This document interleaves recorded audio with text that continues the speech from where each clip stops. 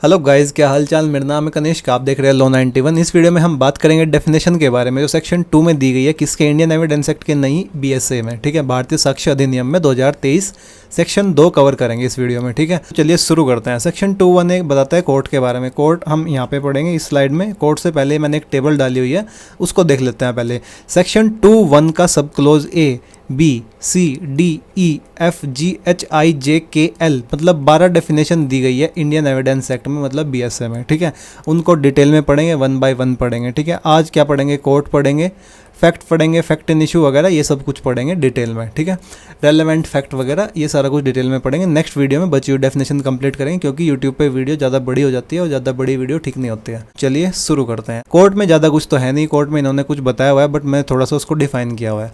ठीक है, court include करता है सभी जजेस को, यहाँ पे लिखा है ऑल जजेस। ठीक है, जब इंक्लूड वर्ड यूज होता है ना तो वो इलस्ट्रेटिव डेफिनेशन होती है, ध्यान रखना। ठीक है, इलस्ट्रेटिव, वो एग्जॉस्टिव डेफिनेशन नहीं होती है, कंप्लीट और क्लोज डेफिनेशन नहीं होती है, ध्यान रखना। जब मीन्स और इंक्लूड यूज होता है ना तो वहाँ पे थोड़ी रेस्ट्रिक्टिवनेस दिखाती है, मतलब कि थोड़ा रेस्ट्रिक्टिव, उसका मीनिंग थोड़ा रेस्ट्रिक्टिव करती है। जब मीन्स यूज होता है तो यहाँ पे क्या यूज हुआ है, इंक्लूड हुआ है। तो इंक्लूड का मतलब होता है कि ये इलस्ट्रेटिव डेफिनेशन है। ठीक है, कोर्ट इंक्लूड ऑल जजेस, magistrate and all person except arbitrator. All person कौन कौन से, जो legally authorised to take evidence, उनको यहाँ पे कोर्ट बोला गया है।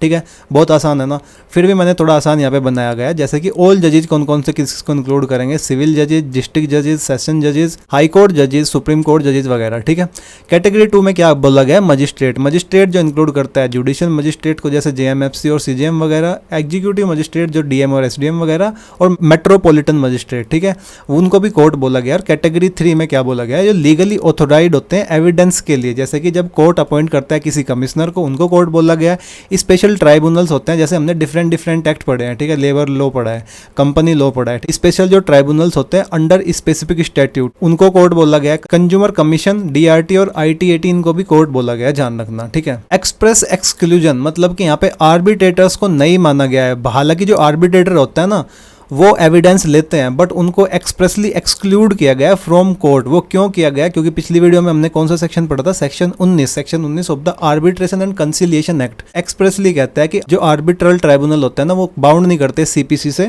और एविडेंस से। स्ट्रिक्ट बीएसए रूल अप्लाई नहीं होते हैं आर्बिट्रल प्रोसीडिंग्स में, इसलिए यहाँ पे एक्सक्लूड किया गया है कोर्ट को आर्बिट्रेटर से। ठीक है, ध्यान रखना। तो जो सेशन जजेज होता है वो इंक्लूड किए जाते हैं कोर्ट में। ठीक है, कंज्यूमर कमीशन वगैरह ये चीज इंक्लूड की जाएगी। आर्बिट्रेटर इंक्लूड नहीं किया जाएगा। पुलिस ऑफिसर ड्यूरिंग इन्वेस्टिगेशन वो भी इंक्लूड नहीं किया जाएगा। डिपार्टमेंटल इंक्वायरी ऑफिसर वो भी जनरली इंक्लूड नहीं किया जाएगा। अब ये इंपॉर्टेंट केस है, union of India versus TR Verma 1957। Supreme court ने इसमें कहा था कि जो डिपार्टमेंटल इंक्वायरी होती है ना वो जुडिशियल प्रोसीडिंग नहीं होती है। बीएसए रूल होते हैं जो एविडेंस के अप्लाई होते हैं स्ट्रिक्टली कोर्ट पे। ठीक है, एडमिनिस्ट्रेटिव इंक्वायरी पे नहीं होता है, ध्यान रखना। अगर एग्जाम में कभी भी कोई भी क्वेश्चन आए कि एडमिनिस्ट्रेटिव इंक्वायरी कोर्ट मानी जाती है क्या अकॉर्डिंग टू बीएसए, तो उसको नो करके आना, नहीं मानी जाती है। ठीक है, एडमिनिस्ट्रेटिव इंक्वायरी नहीं मानी जाती है कोर्ट। और वो किसमें बताया गया था, union of India versus TR Verma वाले केस में, वर्मा के केस में बताया गया था। ठीक है, एडमिनिस्ट्रेटिव इंक्वायरी को फॉलो करना होता है प्रिंसिपल ऑफ कौन सा, नेचुरल जस्टिस।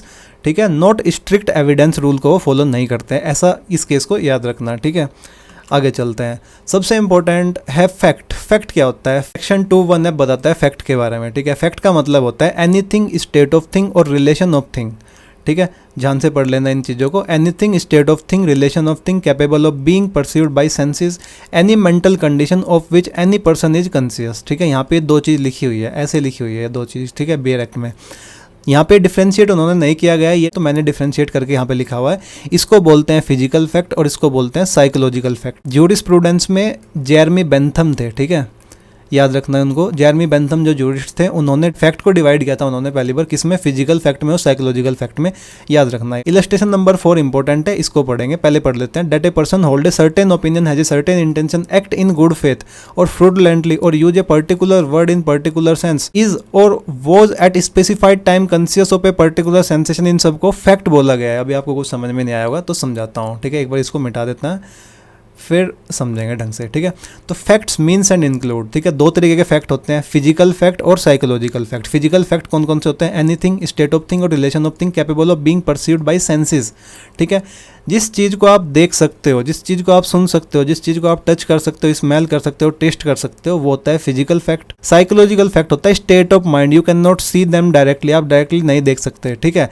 फिजिकल फैक्ट का एग्जाम्पल जैसे कि a knife was on the table, मतलब टेबल पे चाकू पड़ा था, ठीक है, और जो एक्यूज्ड था वो सीन पे था, ठीक है, उसके हाथ में चाकू वगैरह था। तो इस तरीके के जो फैक्ट होते हैं वो फिजिकल फैक्ट होते हैं। साइकोलॉजिकल फैक्ट होते हैं कि मान के चलो ये है, ठीक है, ये चाकू लेने शॉप पे गया था, ठीक है, आधे घंटे पहले, ठीक है, और गुस्से में लग रहा था, ठीक है, तो ये क्या दिखाता है? ये इंटेंशन दिखाता है। इंटेंशन और नॉलेज वगैरह ये कौन से फैक्ट होते हैं? साइकोलॉजिकल फैक्ट होते हैं, क्योंकि स्टेट ऑफ माइंड बताते हैं और आप उनको देख भी नहीं सकते डायरेक्टली। समझ में आया? दो फैक्ट कौन कौन से होते हैं? फिजिकल फैक्ट और साइकोलॉजिकल फैक्ट, ठीक है। अब इसको एक दोबारा दूसरे एग्जाम्पल से समझते हैं। देखो यहाँ पे क्या लिखा हुआ है? Anything, state of thing. अब थिंग में क्या आएगा? थिंग में जैसे कि गन, ठीक है, जैसे कि नाइफ वगैरह, ठीक है, जैसे कि ब्लड स्टेन्स वगैरह या फिर कोई डॉक्यूमेंट वगैरह, ये चीज़ आएंगी थिंग्स में, ठीक है। स्टेट ऑफ थिंग्स क्या माने जाएंगे? स्टेट ऑफ थिंग्स मतलब कि जैसे कि स्टेट, मतलब जो उस थिंग का स्टेट बताए, जैसे कि डोर वॉज ओपन, ठीक है, डोर वॉज ओपन, ठीक है, खुला हुआ था डोर, ठीक है। एक्यूज्ड वाज इंटॉक्सिकेटेड, ठीक है, नशे में था एक्यूज्ड, तो ये क्या हुआ? स्टेट ऑफ थिंग बता रही है ये चीज, ठीक। जैसे कि रोड वॉज वेट, जैसे कि floor was wet, road was wet, ठीक है। तो इस तरीके से ये जो चीज है जो स्टेट बताते हैं किसी थिंग का, उसको बोलते हैं स्टेट ऑफ थिंग, ठीक है। नेक्स्ट है रिलेशन ऑफ थिंग, जैसे कि a is the father of b, a b का बाप है। X was employ of y, ठीक है, एक्स वाई का एम्प्लॉय है। ये क्या बता रहे हैं? रिलेशन बता रहे हैं थिंग्स के बीच में। तो ये होते हैं फैक्ट्स, ठीक है, जो कि फिजिकल फैक्ट होते हैं। मेंटल फैक्ट कौन कौन से होते हैं? मेंटल फैक्ट बेसिकली जो होता है, जो इंटेंशन होती है, जो इलस्ट्रेशन 4 है, डायरेक्ट ओपन कर लेना, उसमें देख लेना, इलस्ट्रेशन 4 में बताया हुआ है। A person hold a certain opinion है, certain intention, act in good faith वगैरह, फ्रूडलेंटली, ये तीन होंगे कौन से फैक्ट हो गए? Mental fact. Or use any particular word in a particular sense or it was specified time, conscious, ठीक है, ध्यान रखना यहाँ पे कॉन्शियस वर्ड का यूज हुआ है। Conscious of a particular sensation, उसको बोला गया है, सबको इनको फैक्ट बोला गया है। अब ये कौन से फैक्ट हुए? ये हुए साइकोलॉजिकल फैक्ट, समझ में आया? जैसे कि intention, knowledge, good faith, intention, knowledge, good faith, और क्या हुआ? बिलीफ वगैरह, consent, consent basically good faith, ठीक है, जो कि एक डिफेंस माना जाता है, गुड फेथ। तो ये क्या हुए? ये हुए साइकोलॉजिकल फैक्ट, ठीक है, ध्यान रखना। फैक्ट हमने पढ़ लिया। अब फैक्ट होते हैं दो टाइप के। फैक्ट होता है, एक फैक्ट इन इशू होता है, एक होता है fact relevant fact. Fact in issue main fact होता है, ठीक है, मेन फैक्ट किसी केस का, उसको बोलते हैं फैक्ट इन इशू, ठीक है। और जो मेन फैक्ट से रिलेटेड फैक्ट्स होते हैं उनको बोलते हैं रेलेवेंट फैक्ट, ठीक है, ध्यान रखना इस चीज़ को। Fact in issue means and include, देखो यहाँ पे मीन्स एंड इंक्लूड यूज हुआ है ना, ठीक है। पहली वाली सबसे कोर्ट वाली डेफिनेशन में क्या यूज हुआ था? मीन्स नहीं हुआ था, इंक्लूड हुआ था, ठीक है। तो means and include and means वाला ध्यान रखना, वो कंसेप्ट जो समझाया था, ठीक है। Fact in issue means and include any fact from which either by itself or in connection with other facts the existence, non existence, nature of extent of any right, liability or disability asserted or denied in any suit or proceeding necessarily follows. क्या समझ में आया? कुछ भी समझ में नहीं आया, एग्जाम्पल से समझेंगे, समझ में आ जाएगा, मान के चलो, ठीक है। किसका एग्जाम्पल लेते हैं? मालविका का लेते हैं, ठीक है। कोई बंदी है जिसका नाम मालविका है, वो एक्यूज्ड है ऑफ मर्डरिंग, किसी को उसने मर्डर किया, उसका नाम मान लेते हैं रोहन, ठीक है, या रवि रोहन मान लेते हैं, ठीक है। तो अब पुलिस क्या कह रही है? पुलिस कह रही है कि मालविका ने रोहन को मारा है, किससे? चाकू से, ठीक है, सिंपल सी बात है। बट वहाँ पे मालविका क्या कह रही है? मालविका तो ऑब्वियसली कहेगी कि मैंने उसको नहीं मारा है, ठीक है, सिंपल सी बात है। फैक्ट इन इशू क्या होएगा? सबसे मेन क्वेश्चन क्या आएगा कि क्या मालविका ने मर्डर किया है रोहन का? तो ये क्या हुआ? फैक्ट इन इशू हुआ। क्या मालविका मेंटली साउंड थी उस टाइम पे? ठीक है, ये फैक्ट इन इशू हो जाएगा। थर्ड, क्या मालविका की इंटेंशन थी रोहन को मारने की? ठीक है। फोर्थ, क्या रोहन ने कोई ग्रेव एंड सडन प्रोवोकेशन दी मालविका को, ठीक है, जिससे उसने उसको मार दिया, जो कि एक डिफेंस होता है, ठीक है। तो ये सारे जो फैक्ट हमने अभी डिसाइड किए हैं, ये सारे कुछ ये क्या होते हैं? फैक्ट इन इशू होते हैं, ध्यान रखना, ठीक है। तो basically fact in issue main questions होते हैं जिनको कोर्ट डिसाइड करता है जजमेंट देने के लिए, ठीक है। अगर कोर्ट आंसर करता है उन क्वेश्चन का तो it can determine the right and liability of the party, ठीक है। आइडेंटिफाई कैसे करेंगे किसी फैक्ट इन इशू को? ये देखेंगे कि what must the court decide to resolve this issue, ठीक है। कोर्ट ने डिसाइड क्या किया इस इशू को रिजोल्व करने के लिए, जो वो डिसीजंस होते हैं उनको बोलते हैं फैक्ट इन इशू बेसिकली, ठीक है। अब रेलेवेंट फैक्ट कौन से होते हैं इसी एग्जांपल में समझाता हूँ, लिख लेते हैं, ठीक है। तो फैक्ट इन इशू, ये 4 फैक्ट इन इशू थे, ठीक है। क्या मालविका ने मर्डर किया है रोहन का? इंटेंशन थी, मेंटली साउंड थी या वो नहीं थी, ठीक है। मालविका को रोहन ने कोई ग्रेव एंड सडन प्रोवोकेशन तो नहीं दी, ये सारे फैक्ट इन इशू हो गए। अब रेलेवेंट फैक्ट कौन से होते हैं? रेलेवेंट फैक्ट वो फैक्ट होते हैं जो हेल्प करते हैं कोर्ट को डिसाइड करने में मेन इशू, ठीक है। इस केस में क्या होंगे कि एक विटनेस ने देखा था मालविका को नियर द क्राइम सीन, ठीक है, तो ये क्या हुआ, रेलेवेंट फैक्ट हुआ। दूसरा सीसीटीवी फुटेज में दिख रही है मालविका घर में घुसती हुई चाकू लेकर, ठीक है, तो ये क्या हुआ, ये रेलेवेंट फैक्ट हुआ। जो चाकू था उस पर फिंगरप्रिंट मिले हैं, ठीक है, मालविका के, तो ये क्या हुआ, ये रेलेवेंट फैक्ट हुआ। मालविका और रोहन की पहले 1-2 दिन पहले में भी 1-2-3-4 दिन पहले फाइट हुई थी, ठीक है, तो ये क्या हुआ, रेलेवेंट फैक्ट हुआ, ठीक है। फैक्ट इन इशू और रेलेवेंट फैक्ट समझ में आया। जो ये रेलेवेंट फैक्ट है ना, ये हेल्प कर रहे हैं डिसाइड करने में मेन इशू। मेन मतलब fact in issue. Fact in issue कौन कौन से हैं, ये सारे फैक्ट इन इशू है जिनको डिसाइड करने के लिए रेलेवेंट फैक्ट उनकी हेल्प कर रहे हैं, जान रखना, ठीक है। रेलेवेंट फैक्ट आपको समझ में आ गया, रेलेवेंट फैक्ट क्या होता है, बट रेलेवेंट फैक्ट को एक बार ही पढ़ते हैं, ठीक है, आपको एग्जाम्पल समझ में आ गया होगा। रेलेवेंट फैक्ट वो फैक्ट होते हैं, relevant fact is said to be relevant to another when it is connected with the other in any of the way referred to in the provision of this अधिनियम relating to the relevancy of the fact जो दिए गए हैं chapter 2 में। एक fact relevant जब होता है, जब लीगल कनेक्शन होता है उसका किसी दूसरे फैक्ट से, मतलब मेन फैक्ट से इसका कोई लीगल कनेक्शन है तो उसको बोलते हैं रेलेवेंट फैक्ट, ठीक है, जो कि डिस्क्राइब किया गया है चैप्टर 2 में, मतलब कि सेक्शन 3 से 56 में, जो कि डिस्क्राइब किया हुआ है, ठीक है। Not just any logical connection, कोई लॉजिकल कनेक्शन नहीं, बल्कि कनेक्शन होना चाहिए वन ऑफ द टाइप जो रिकॉग्नाइज किया हुआ है चैप्टर 2 में। तो रेलेवेंट फैक्ट को डिटेल में पढ़ेंगे चैप्टर 2 में। रेलेवेंट फैक्ट अभी इतना ही काफी है। फैक्ट इन इश्यूज को डिसाइड करने के लिए जो फैक्ट हेल्प करते हैं उनको बोलते हैं रेलेवेंट फैक्ट, ठीक है, ध्यान रखना इतना सा। चैप्टर 2 में इसको डिटेल में पढ़ने वाले हैं, ठीक है। अब एक चीज होती है रेलेवेंट, एक चीज होती है एडमिसिबल, ठीक है, इसको भी वैसे आगे ही पढ़ेंगे बट इसको थोड़ा सा मैं आपको बता देता हूँ। रेलेवेंसी और एडमिसिबिलिटी दो डिफरेंट कंसेप्ट है। रेलेवेंसी और एडमिसिबिलिटी सेम नहीं है, पहले तो बात, ठीक है, ध्यान रखना, इसमें कंफ्यूज मत होना। रेलेवेंसी में एक क्वेश्चन आता है कि is the fact connected to the case, क्या ये फैक्ट जो हम बात कर रहे हैं ये केस से कनेक्टेड है। जैसे हमने मालविका वाला एग्जांपल पढ़ा था, मालविका की इंटेंशन कौन प्रूव कर रहा है, कि वो चाकू लेने गई थी शॉप पे 2 घंटे पहले, ठीक है, इस तरीके का कोई फैक्ट रेलेवेंट फैक्ट है, वो मेन फैक्ट को प्रूव कर रहा है, ठीक है। तो यहाँ पे जो एक फैक्ट है ना, एक कनेक्टेड है मेन फैक्ट से, मतलब केस से, ठीक है। तो ये रेलेवेंसी में ये क्वेश्चन पूछा जाता है कि is the fact connected to the case, ठीक है। एडमिसिबिलिटी में can this fact be used in court, admissibility कौन बताता है, इंडियन एविडेंस एक्ट, मतलब कि बीएस से, ठीक है। इंडियन एविडेंस एक्ट क्या बताता है, एडमिसिबिलिटी बताता है, ठीक है। अब रेलेवेंसी क्या बताता है, रेलेवेंसी बताता है कि ये फैक्ट है ना जिसकी हम अभी बात कर रहे हैं, कनेक्ट करता है केस से या नहीं करता है, ठीक है। ये कंट्रोल किया जाता है सेक्शन 3 से 56 चैप्टर 2, ठीक है, बीएस से इसको सारे को कंट्रोल करता है, उसमें प्रोविजंस दिए गए हैं, ठीक है। वही रेलेवेंट फैक्ट माने जाएंगे जो आइडेंटिफाई और रिकॉग्नाइज किए जाते हैं बीएसए के द्वारा, ध्यान रखना, ठीक है। सारे सेक्शंस बीएसए के और कुछ दूसरे लॉज भी है जो एडमिसिबिलिटी को बताते हैं कि कौन कौन से एविडेंस एडमिसिबल होंगे कोर्ट में। Relationship prerequisite for admissibility, next step after relevancy, ठीक है। देखो ये एडमिसिबिलिटी से पहले की चीज़ है, ठीक है, पहले वो फैक्ट रेलेवेंट होना चाहिए, उसके बाद देखेंगे वो एडमिसिबल है या नहीं है, ठीक है। ये क्या है, ये नेक्स्ट स्टेप आफ्टर रेलेवेंसी, ठीक है। तो सेम वही बात है, पहले वो फैक्ट रेलेवेंस होगा, उसके बाद एडमिसिबिलिटी चेक की जाती है। गोल्डन रूल है, all admissible evidence must be relevant, मतलब जो कहता है एविडेंस एक्ट की हाँ ये एडमिसिबल है, ठीक है, वो रेलेवेंट होने चाहिए। सारे रेलेवेंट एविडेंस एडमिसिबल नहीं होते हैं, ध्यान रखना, ठीक है। अब इसको भी एक एग्जांपल समझते हैं। मान के चलो कोई कन्फेशन मेड बाय एक्यूज्ड जो कि रेलेवेंट होता है, ठीक है, इससे क्या पता लगता है, इससे गिल्ट पता लगती है, ठीक है। अब मान के चलो अगर कोई कन्फेशन लिया गया है टॉर्चर करके तो ये इनएडमिसिबल होएगा, ध्यान रखना। Under section 22 of BSA confession code by inducement threat is inadmissible, ठीक है।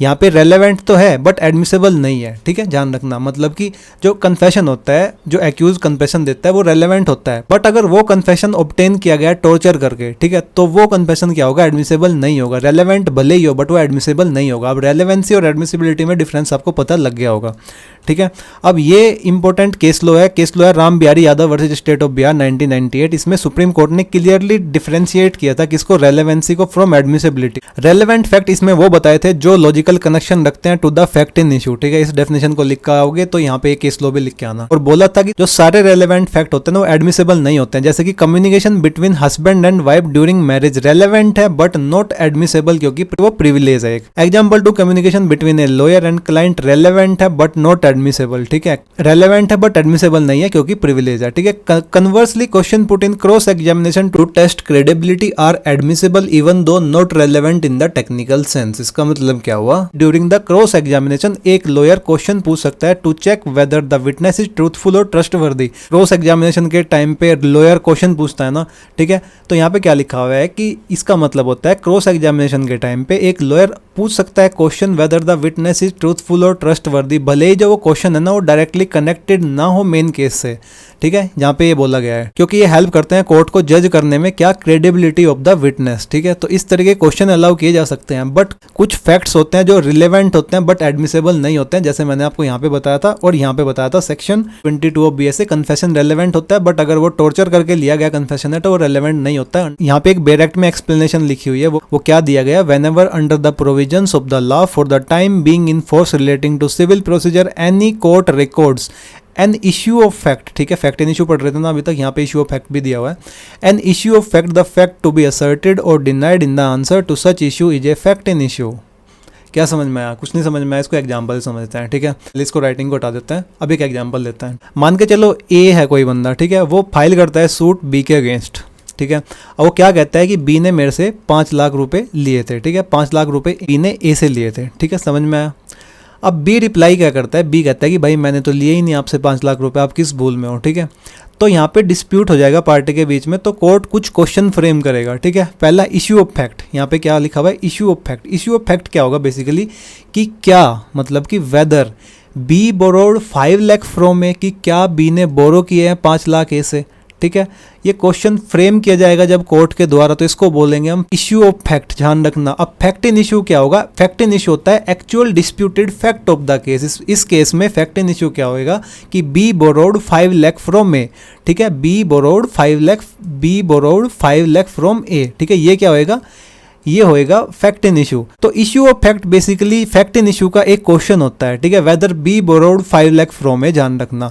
तो कोर्ट का क्वेश्चन बेसिकली माना जाता है, कोर्ट का क्वेश्चन को हम बोलते हैं इशू ऑफ फैक्ट, ठीक है, और fact to be proved in that question, जो फैक्ट प्रूव हो जाएगा उस क्वेश्चन में उसको बोलेंगे फैक्ट इन इशू, ठीक है, ध्यान रखना। ये दो चीज़ ध्यान रखना, ये क्या एक्सप्लेनेशन में दी गई है बेयर एक्ट में, ठीक है। तो इनके डिफरेंस देख लेते हैं एक बार। फैक्ट इन इशू और रेलेवेंट फैक्ट में 2 डिफरेंस है। Main question to be decided, जो फैक्ट इन इशू में मेन क्वेश्चन डिसाइड किया जाता है, ठीक है, और रेलेवेंट फैक्ट में जो हेल्प करता है आंसर करने में उन मेन क्वेश्चन को, उसको रेलेवेंट फैक्ट बोलते हैं। ये डिटरमाइन करते हैं राइट, लायबिलिटी, डिसेबिलिटी डायरेक्टली, ठीक है। ये रेलेवेंट फैक्ट जो होते हैं वो कनेक्ट होते हैं फैक्ट इन इशू से और सपोर्ट करते हैं इन्फरेंसेस को, जैसे कि did A kill B intentionally, ये क्या हुआ, फैक्ट इन इशू हुआ। तो यहाँ पे रेलेवेंट फैक्ट क्या होगा कि ए ने चाकू लाया था 3 दिन पहले बिफोर द इंसिडेंट दुकान से, तो ये हेल्प करेगा प्रूव करने में फैक्ट इन इशू, इसको प्रूव करने में ये हेल्प कर रहा है, ठीक है। ये हमेशा एडमिसेबल होता है, ठीक है, ये एडमिसेबल होता है अगर इसको सेटिस्फाई करेंगे रेलेवेंसी टेस्ट जो कि चैप्टर 2 में दिए गए। इसलिए मैंने जो रेलेवेंट फैक्ट है उसको ज़्यादा डीप में नहीं पढ़ा है, वो पढ़ेंगे जब चैप्टर 2 शुरू होगा तब, ठीक है। तो आज इस वीडियो में यहीं तक कंप्लीट करते हैं, थोड़ा सा इसमें इनकम्प्लीट बचा हुआ है, उसको कंप्लीट करके पार्ट 2 में डालता हूँ ये सारी चीज़, ठीक है। तो ये भाई मेरे कोर्स की वीडियोज़ हैं, इनको बिल्कुल प्रायोरिटी से देख लेना, मैं बाद में इनको प्राइवेट कर दूंगा, बहुत जल्दी मेंबरशिप में डाल दूंगा, तो ऐसा ना हो कि छूट जाए वगैरह, तो जल्दी से चेक कर लेना, ठीक है। मिलते हैं नेक्स्ट वीडियो में, all the very best exam वगैरह, तो बाय बाय।